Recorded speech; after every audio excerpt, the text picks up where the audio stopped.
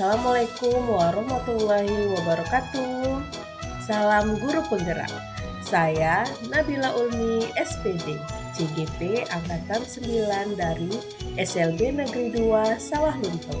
Kali ini saya akan menjelaskan tentang demonstrasi kontekstual tentang visi guru penggerak dengan menggunakan pendekatan inquiry apresiatif dan juga menggunakan metode Bagja.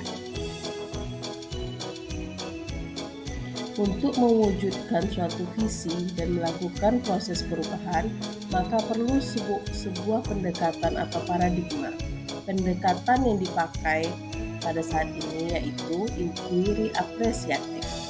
Inquiry apresiatif adalah suatu filosofi, suatu landasan berpikir yang berfokus pada upaya kolaboratif untuk menemukan hal positif dalam diri seseorang, dalam suatu organisasi, dan dunia di sekitarnya, baik di masa lalu, masa kini, maupun masa depan. Rancangan visi sekolah yang telah saya susun yaitu terwujudnya peserta didik berkebutuhan khusus yang berprestasi, mandiri, terampil, dan berkarakter sesuai profil pelajar Pancasila menuju masyarakat madani. Lalu langkah berikutnya saya membuat gambar mental prakasa perubahan dengan menggunakan ATAP, yang mana A-nya yaitu awal atau aset. Pertama, tersedianya sarana dan prasarana keterampilan vokasional di sekolah seperti peralatan menjahit, alat masak, alat make up, dan bahan bekas seperti kertas HVS, salah print, dan lahan kosong. Kedua, karakteristik peserta didik yang cenderung bermasalah dengan kemampuan akademik. T-nya yaitu tantangan, mengarahkan peserta didik yang bermasalah pada kemampuan akademik ke pembelajaran yang berbasis keterampilan vokasional, sehingga mereka memiliki keterampilan dan kreativitas yang menuntun mereka untuk mandiri. A yaitu aksi, membantu peserta didik untuk belajar dan berlatih untuk keterampilan vokasional sesuai dengan bakat dan potensi peserta didik, mengembangkan kreativitas peserta didik melalui pembelajaran keterampilan vokasional. P. Pembelajaran. Peserta didik paham mengapa mereka perlu mengembangkan keterampilan dan life skill di zaman yang menuntut pribadi yang cakap dan mempunyai life skill, mengembangkan potensi mereka untuk berkreativitas untuk melatih kemandirian mereka. Agar dapat menerapkan pendekatan inquiry apresiatif, langkah yang dapat dilakukan adalah dengan menggunakan metode Bagja. Bagja yaitu buat pertanyaan utama, ambil pelajaran, gali mimpi, jabarkan rencana, dan atur eksekusi. Prakarsa perubahan yang ingin saya capai yaitu peserta didik yang mandiri dan terampil. Adapun tahapan Bagja yang saya buat adalah: pertama, buat pertanyaan utama. Pertanyaannya adalah, apa yang harus saya lakukan untuk meningkatkan keterampilan vokasional peserta didik di SLB Negeri 2 Sawah Lunto? 2. Bagaimana cara mengembangkan keterampilan vokasional berbasis minat dan potensi peserta didik tersebut? Tindakan yang dilakukan yaitu menemukan bakat, minat, dan potensi peserta didik melalui observasi dan pengamatan ketika pembelajaran, mengelompokkan peserta didik berdasarkan minat, bakat, dan potensinya, berkoordinasi dengan orang tua atau wali murid mengenai hasil asesmen terhadap minat, bakat, dan potensi peserta didik, sehingga terciptanya program pengembangan keterampilan vokasional yang berpihak pada murid, membuat bahan ajar sesuai dengan rombel dan bakat anak. Langkah kedua yaitu ambil pelajaran atau discover.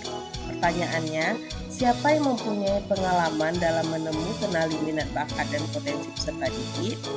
Keterampilan vokasional apa saja yang bisa diberikan kepada peserta didik berkebutuhan khusus?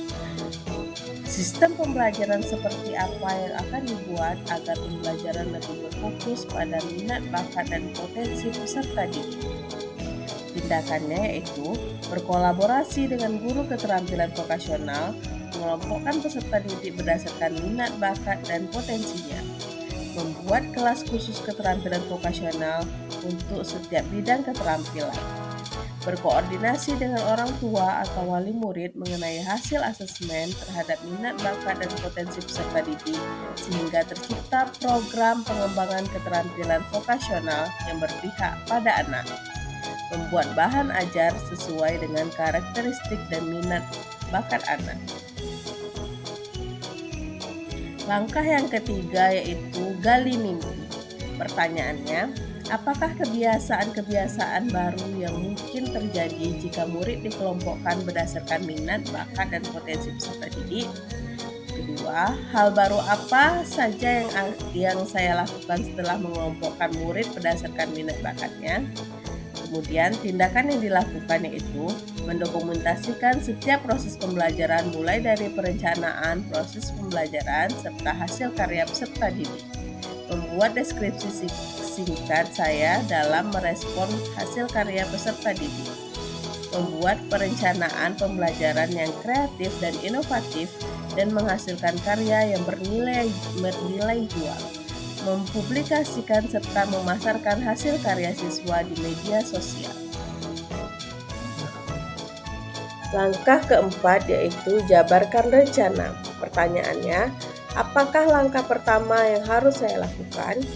Dua, langkah atau terobosan apa yang bisa saya lakukan meningkatkan dan mengembangkan minat, bakat, dan potensi masing-masing peserta didik?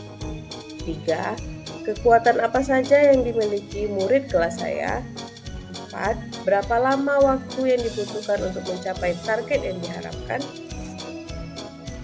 Tindakan yang dilakukan yaitu melakukan asesmen untuk memetakan minat, bakat, dan potensi di bidang keterampilan vokasional, menyusun kelas keterampilan berdasarkan minat, bakat, dan potensi peserta didik. Jangka waktu yang dibutuhkan kurang lebih 1 tahun dan selalu membuat catatan perkembangan murid setiap minggunya berdasarkan capaian pembelajaran yang diraih masing-masing murid. Langkah terakhir yaitu atur eksekusi. Pertanyaannya, siapakah yang akan saya libatkan dalam mewujudkan kelas yang berpihak pada murid? Kapan saya mulai melakukan usaha untuk mewujudkan kelas khusus keterampilan vokasional tersebut? Siapakah yang dapat mengarahkan dan memantau penerapan kelas keterampilan vokasional ini? Apakah pembentukan kelas khusus keterampilan ini dapat meningkatkan keterampilan dan life skill peserta didik sesuai dengan minat dan bakatnya? Tindakannya yaitu melakukan kolaborasi dengan guru keterampilan vokasional SLB Negeri 2 Sawalunto, membuat jadwal pelaksanaan kegiatan yang direncanakan akan dimulai Januari 2024, menyusun program kegiatan pembelajaran keterampilan vokasional berbasis berpihak pada murid, melakukan koordinasi dengan kepala sekolah dan wakil kepala sekolah bidang kurikulum terkait pembentukan kelas khusus keterampilan. Terima kasih, jadilah guru penggerak yang tergerak, bergerak, dan menggerakkan. Wassalamualaikum warahmatullahi wabarakatuh.